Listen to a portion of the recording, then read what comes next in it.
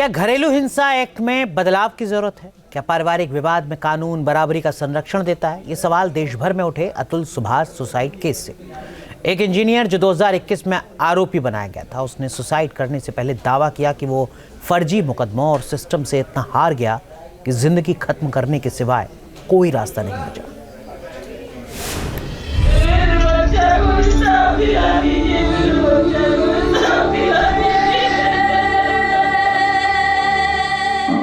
मुझे खुद को ही खत्म कर लेना बेस्ट है मेरे लिए, क्योंकि जो मैं पैसे कमा रहा हूँ उसी से मैं अपने दुश्मन को बलवान बना रहा हूँ।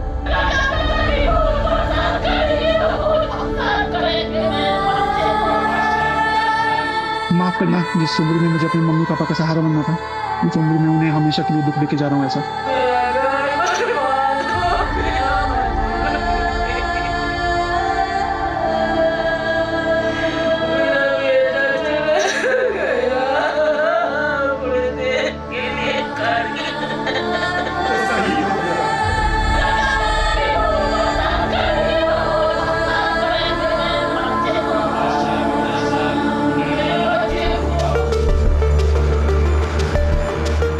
अतुल सुभाष और निकिता सिंघानिया, ये नाम और चेहरा टॉप ट्रेंडिंग है और हर ओर एक ही सवाल है कि आखिर अतुल सुभाष को किसने मारा?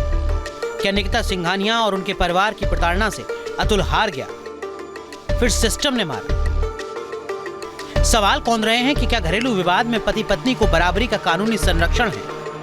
मुझे लगता है कि और बेल के प्रावधान में भी वो थोड़ा लिबरल होना पड़ेगा। इसको नॉन बेलेबल से बेलेबल बनाना ज़्यादा उचित होगा, क्योंकि केस के नंबर बहुत ज़्यादा होते जा रहे हैं।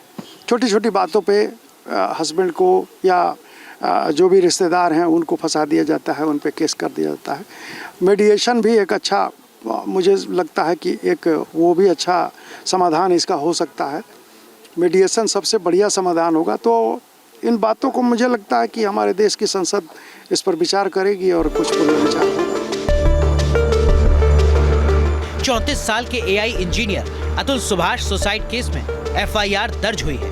4 लोगों को आरोपी बनाया गया है। अतुल की पत्नी निकिता सिंघानिया, अतुल की सास निशा सिंघानिया, निकिता के भाई अनुराग सिंघानिया और चाचा सुशील सिंघानिया के नाम दर्ज है। 24 पन्नों के सुसाइड नोट और 1 घंटे 30 मिनट वीडियो में अतुल ने पत्नी और उनके परिवार वालों पर प्रताड़ना के ऐसे आरोप लगाए जिन्हें सुनकर कोई भी सहर जाए। मुझे खुद को ही खत्म कर लेना बेस्ट है मेरे लिए, क्योंकि जो मैं पैसे कमा रहा हूँ उसी से मैं अपने दुश्मन को बलवान बना रहा हूँ। मौत से पहले अतुल ने जो वीडियो जारी किया था, उसमें मामले की सुनवाई कर रही जज पर भी गंभीर आरोप लगाए।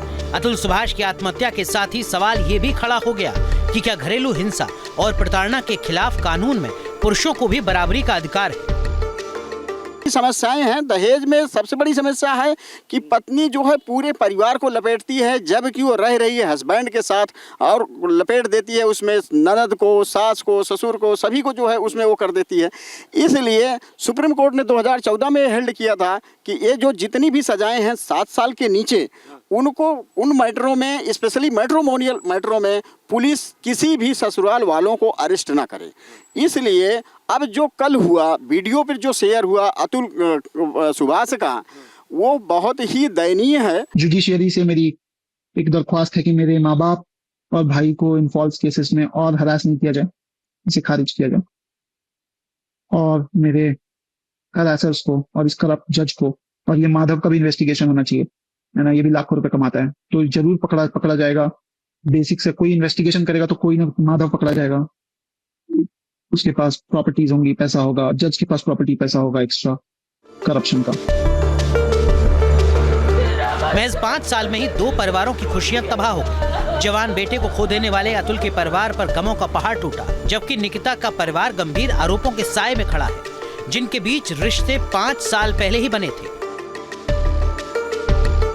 अतुल सुभाष बिहार के समस्तीपुर के रहने वाले थे, जबकि निकिता यूपी के जौनपुर से ताल्लुक रखती है। दोनों की मुलाकात मैट्रिमोनियल वेबसाइट पर हुई थी। दोस्ती शादी तक पहुंच गई। 26 जून 2019 को शादी हुई थी, जिसके बाद मियां बीवी बेंगलुरु शिफ्ट हो गए। साल भर ठीक रहा। उसके बाद विवाद इतना बढ़ा कि 17 मई 2021 को निकिता प्रताड़ना के आरोप लगाकर बेटे को लेकर मायके चली गई। इसके बाद 2 साल में अतुल की 120 बार पेशी हुई थी, दावा किया कि मुआवजे के तौर पर 3 करोड़ की डिमांड रखी थी। अतुल अपने वीडियो में बार बार निकिता के परिवार पर धमकाने और वसूली के आरोप लगाते रहे। उन्होंने सुसाइड नोट में अपनी सास निशा के साथ बातचीत का एक हिस्सा भी कोट किया कि कैसे निकिता के घर वाले उनकी मौत का इंतजार कर रहे थे। अरे तुम अभी तक सुसाइड नहीं किए? मुझे लगा आज तुम्हारी सुसाइड की खबर आएगी। उस दिन जज को सुसाइड करोगे बोले थे तुम। मैं मर गया तो तुम लोगों की पार्टी कैसे चलेगी? तब भी चलेगी। तुम्हारा बाप देगा पैसे। पति के मरने पर सब पत्नी का होता है। तेरे मरने के बाद तेरे माँ बाप भी जल्दी मरेंगे, फिर उसमें भी बहू का हिस्सा होता है। पूरी जिंदगी तेरा पूरा खानदान कोर्ट के चक्कर काटेगा। अतुल घरेलू हिंसा का आरोपी था या पीड़ित? इन सवालों को छोड़ अतुल ने जिंदगी से नाता तोड़ लिया, मगर अपने पीछे छोड़ गए ऐसे पन्ने जिनमें सवाल गूंजते हैं कि क्या दहेज उत्पीड़न कानून का गलत इस्तेमाल भी हो सकता है। Team news nation. News nation अब व्हाट्सएप पर खबरों की ताजा अपडेट के लिए न्यूज़ नेशन के इस QR कोड को स्कैन करें।